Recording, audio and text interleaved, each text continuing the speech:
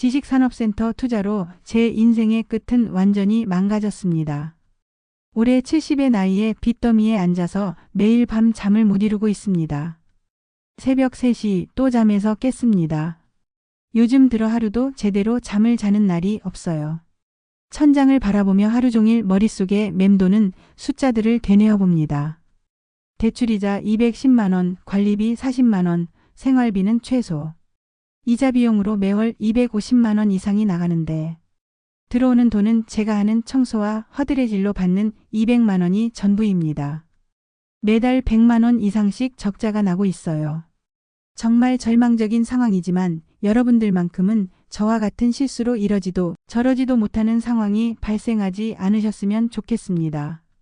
저는 1954년생이고 남편과 함께 작은 슈퍼마켓을 운영했어요. 서울 변두리에서 30년 넘게 새벽 5시부터 밤 11시까지 번갈아 가면서 일했죠. 하루도 쉬지 않고요.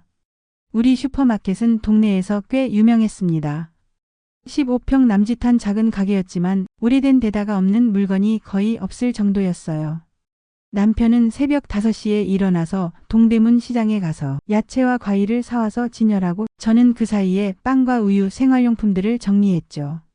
동네 주민들이 사장님 이거 있어요? 라고 물어보면 네 있어요 하면서 구석에서 찾아서 꺼내주곤 했어요.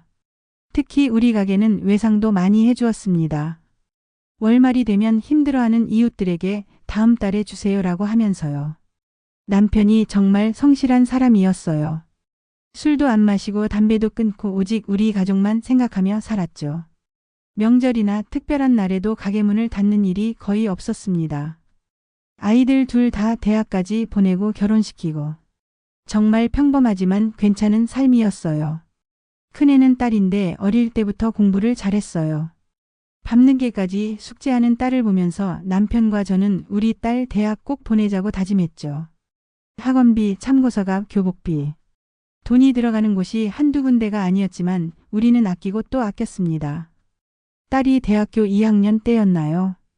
등록금이 부족해서 남편이 친구한테 돈을 빌리러 갔던 기억이 납니다. 그때 남편 표정이 얼마나 무거웠는지. 하지만 딸 공부시키는 건데 뭐가 부끄러워하면서 당당하게 다녔어요. 둘째는 아들인데 운동을 좋아했어요. 축구를 정말 잘했는데 한때는 선수가 되고 싶어 했죠. 하지만 현실적으로 어려울 것 같아서 공부 쪽으로 유도했어요. 지금 생각해보면 아이의 꿈을 꺾은 것 같아 미안하기도 해요. 두 아이 모두 대학을 졸업하고 취업도 했어요. 딸은 회계사무소에서 일하고 아들은 작은 회사지만 정규직으로 다니고 있고 둘 다 결혼해서 각자의 가정을 꾸렸죠. 딸의 결혼식 때가 생각나네요. 2012년이었는데 예식장에서 남편이 딸과 같이 행진하고 바이올 로드를 걸어갔어요. 준비하는 과정이 쉽지 않았어요. 예단, 예물, 예식장 비용, 신혼집 마련비. 우리 같은 서민에게는 정말 큰 부담이었죠. 하지만 딸이 행복해하는 모습을 보니 모든 피로가 사라지는 것 같았어요. 아들 결혼식은 그 2년 후였어요. 아들이 데려온 며느리가 참 착하고 예쁜 아이였는데 며느리가 워낙 잘해줘서 금세 가족이 되었습니다.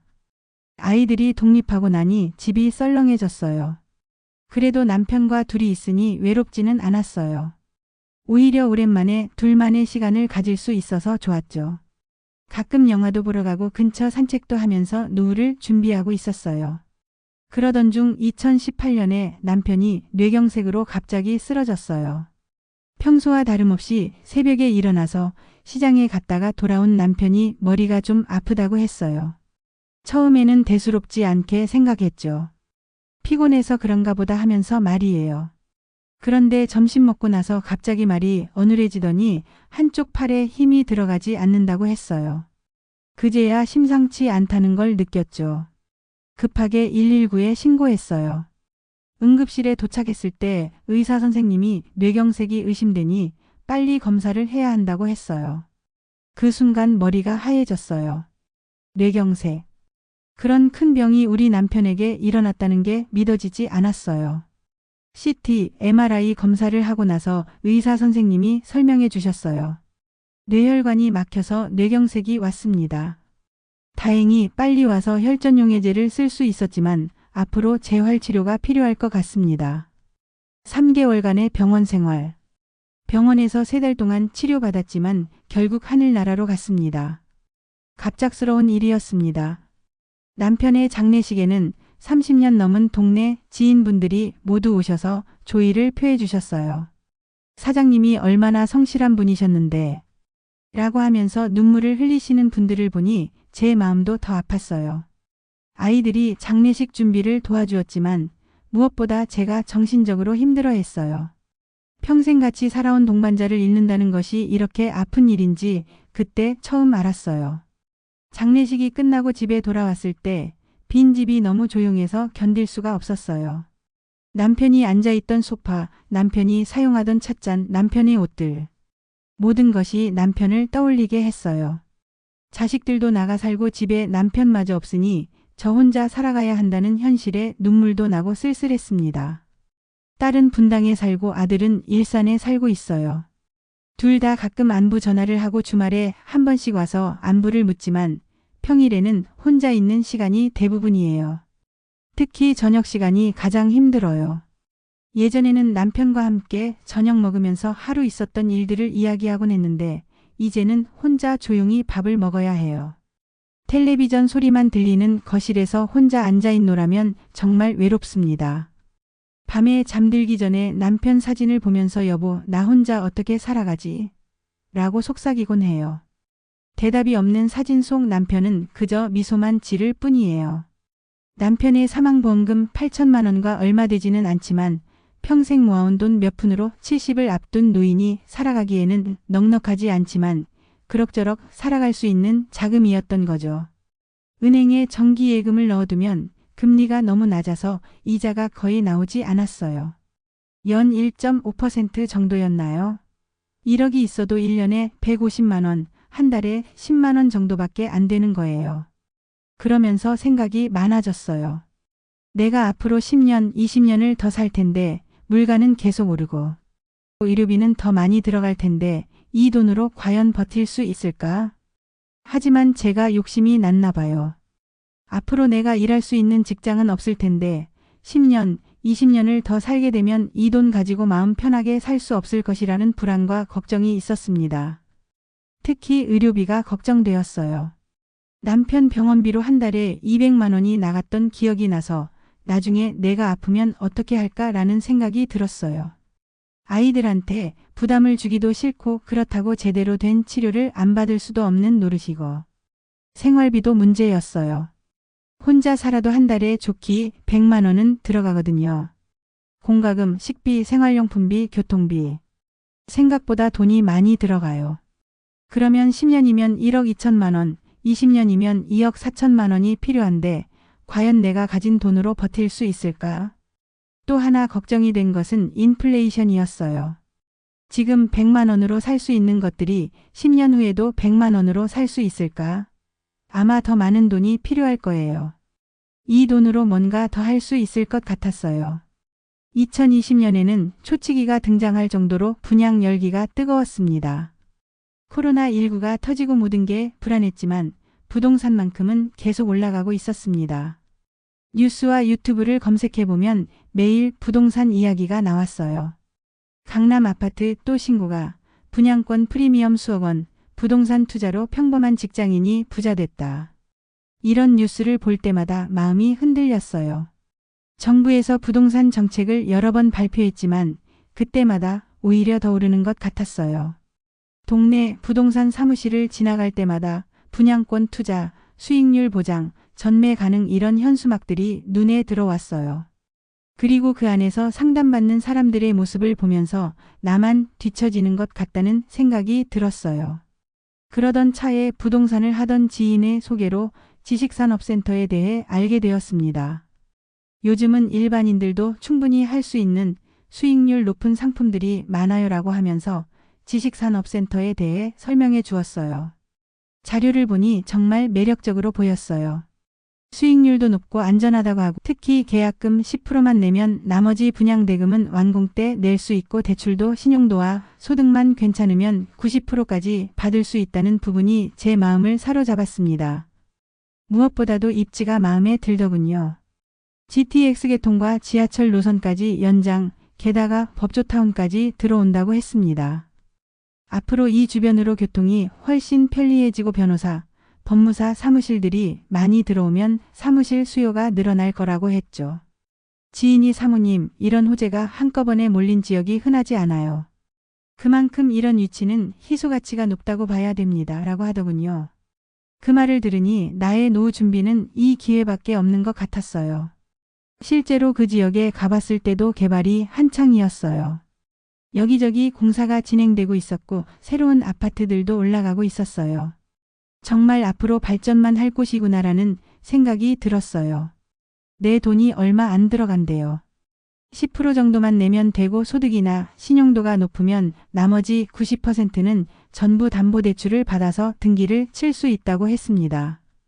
이 부분이 정말 매력적이었어요. 내가 가진 돈 전부를 투자하는 게 아니라 일부만 투자해도 큰 수익을 낼 수 있다는 거잖아요. 그러면 위험도 적고 수익률은 높고 일석이조인 것 같았어요.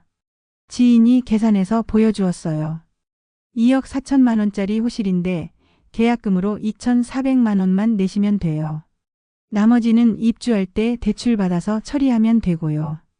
그러면 사모님 돈 2,400만 원으로 2억 4천만 원 규모의 투자를 하는 거예요. 그리고 대출 조건도 좋다고 했어요.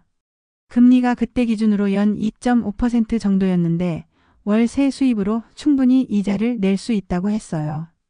월세가 100만 원 이상 나오면 이자 40만 원을 내고도 60만 원 이상 남는다고 계산해 주었어요. 저는 입지 조건, 금액 조건 등이 다 마음에 들었습니다. 지인이 저한테 설명하기를 한 호실당 보증금 1,000만 원에 월세 100에서 120만 원은 받을 거라고 하더군요. 이 말을 들었을 때 정말 가슴이 뛰었어요. 월세 100만 원이면 1년에 1,200만 원, 2개 호실이면 2,400만 원이잖아요. 내가 투자한 돈 4,800만 원에서 이자는 생각 안 하더라도 수익률이 50%나 되는 거예요. 사모님, 이런 수익률을 어디서 찾아요? 은행 금리는 1.5%인데 여기는 50%예요. 10년만 하셔도 원금 회수하고 그 다음부터는 순수익이에요 라고 하더군요. 그리고 시세 상승도 기대할 수 있다고 했어요. 분양가가 2억 4천만 원인데 입주 후에는 3억 원은 될 거라고 했어요.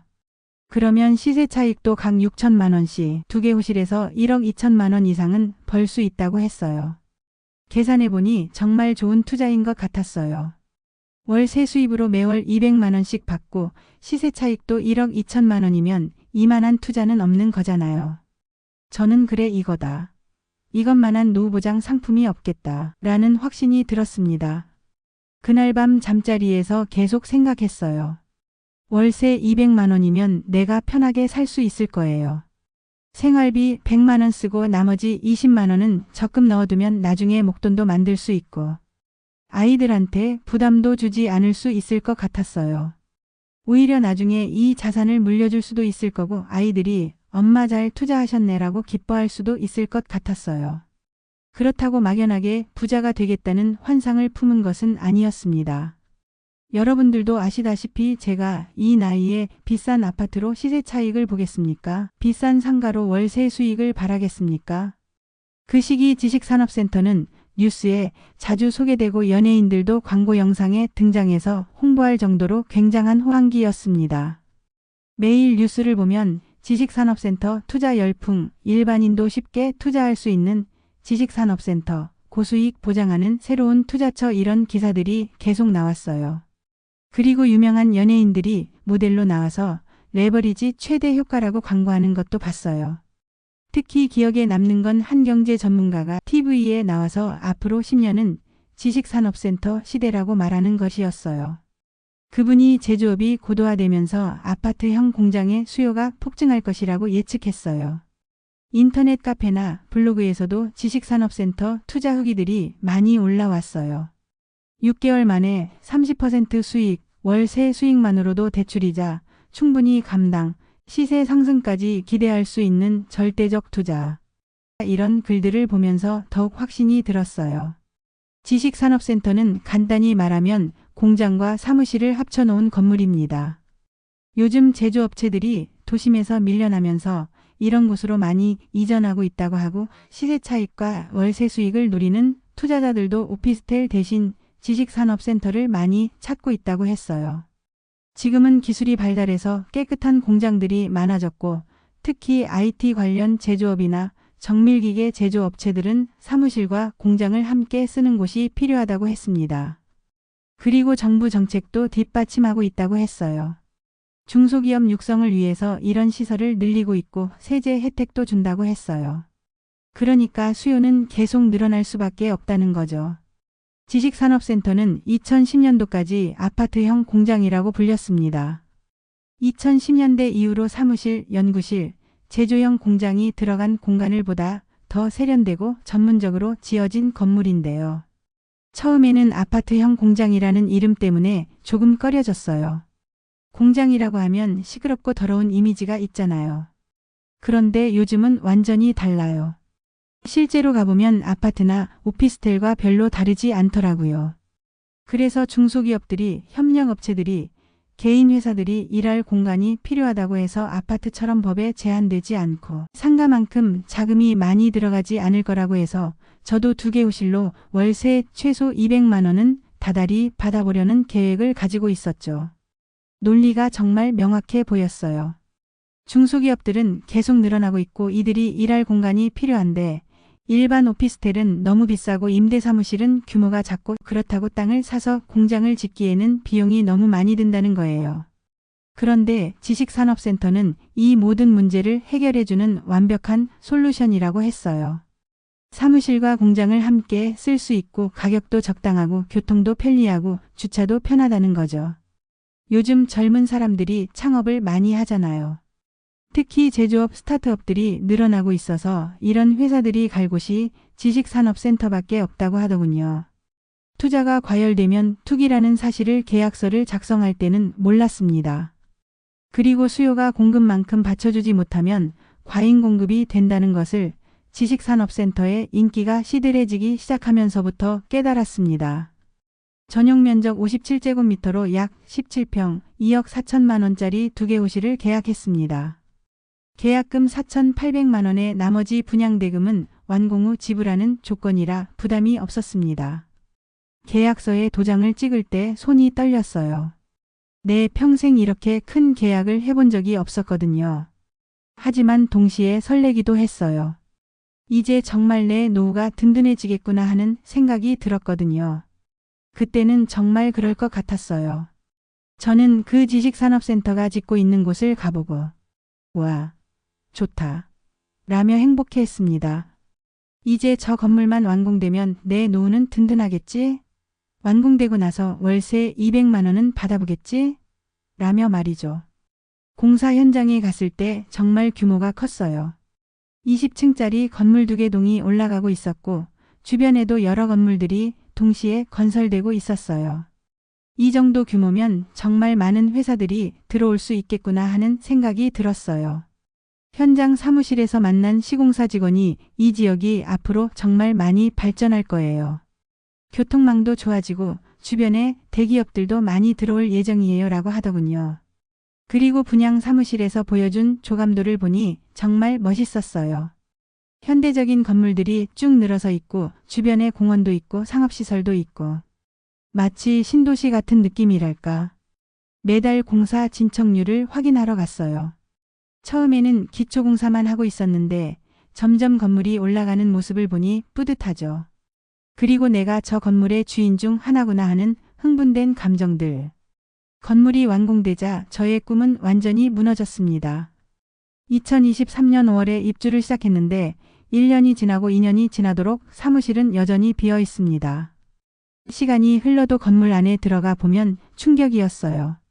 로비는 텅 비어 있고 엘리베이터를 타고 올라가면서 보니 대부분의 호실에 임대문에 스티커가 붙어 있었어요.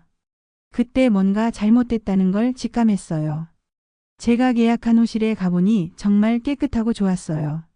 하지만 임차인이 없으니 소용이 없는 거죠. 텅 빈 사무실에 들어올 사람이 없으니 너무 허무했어요. 지금까지도 제가 가지고 있는 호실들만 공실이 아니라 건물 전체가 거의 다 비어 있습니다. 2년이 지났지만 전체 건물의 30% 정도만 임대차가 맞춰진 상태입니다. 주차장을 보면 더 절망적이에요. 400대를 주차할 수 있는 주차장에 차가 3, 40대밖에 없어요. 그러니까 10%도 안 되는 거죠. 월세를 받아 대출이자를 갚고 나머지를 생활비로 쓰려고 했지만 들어올 임차인은 없고 금리는 급등했습니다. 사무실은 지금까지 2년 넘게 공실입니다. 처음에는 모험적으로 보증금 1,000만 원, 월세 100만 원으로 내놓아 보았습니다. 몇 달이 지나도 연락 오는 사람이 없어서 부동산 중개업소에 가서 물어보니 요즘 시세가 더 많이 떨어졌어요 라고 하더군요. 그래서 보증금을 800만 원으로 내렸어요. 그래도 연락이 없었어요. 또 한 달이 지나서 보증금 600만 원, 월세 80만 원으로 내렸어요. 그래도 마찬가지였습니다. 지금은 보증금 500만 원, 월세 45만 원까지 내렸는데도 임차인이 없어요. 처음에 기대했던 수익률과 비교하면 정말 절망적인 수준이에요. 저는 매달 210만 원의 대출이자를 내고 있습니다. 거기다가 한 번도 사용해 본 적 없는 관리비 40만 원도 매달 제가 부담해야 합니다. 대출이자 210만 원과 관리비 40만 원은 제게 큰 부담입니다. 한 번도 사용해 본 적이 없는 사무실인데 왜 관리비를 내야 하는지 모르겠어요. 들어오는 수입은 변변치 않고 이자 비용으로 매달 250만 원이 나가는 건데 이게 벌써 2년째 계속되고 있습니다. 정말이지 너무 힘듭니다. 전국 지식산업센터 공급 급증, 과잉 공급 우려, 지식산업센터 공실률 상승, 임대료 하락 조짐. 여러분들은 이런 문구들을 들어보셨나요? 이런 뉴스들을 보면 정말 화가 납니다. 왜 분양할 때는 이런 얘기를 안 했을까요? 그때는 수요가 공급을 웃돈다. 앞으로 더 많은 업체들이 필요로 할 것이다. 이런 말만 했잖아요. 인터넷에서 찾아보니 전국적으로 비슷한 상황이라고 하더군요. 부산, 대구, 광주, 대전. 어디든 마찬가지래요. 지식산업센터 공실률이 50%를 넘는 곳도 많다고 해요. 특히 코로나19 이후로 재택근무가 늘어나면서 사무실 수요 자체가 줄어들었고 경기도 나빠져서 창업하는 사람들도 줄어들었고요. 지속적인 금리 상승, 전국적으로 지식산업센터가 너무 많이 공급되고 있었고 수요는 그에 비해 부족했어요. 지금도 비어있는 건물들을 가보면 주차장은 썰렁하고 1층 근린생활시설 상가들 유리창에는 임대문이만 붙어있고 주변에 지나다니는 사람도 없고 사무실마다 임대문이만 붙어 있어요. 건물 1층에 있는 근린생활시설들도 대부분 비어 있어요. 편의점, 카페, 식당. 이런 곳들이 들어올 예정이었는데 지금은 임대문에 현수막만 걸려 있어요. 주변을 걸어 다녀봐도 사람이 거의 없어요. 낮에 가도 그렇고 저녁에 가도 그렇고 완전히 유령도시 같은 느낌이에요. 그런데 아이러니하게도 주변에 지식산업센터 건물은 계속 지어지고 있어요. 우리 건물에서 조금 떨어진 곳에 또 다른 지식산업센터가 올라가고 있더군요. 여기도 공실인데 주변에 지식산업센터 건물은 또 지으려고 하고 있죠. 언제까지 공실인 상태로 있는 건지는 기약이 없습니다. 내 나이 70 넘어서 이걸 앞으로 다 감당이나 할 수 있을까? 가장 무서운 건 언제까지 이 상황이 계속될지 모른다는 거예요.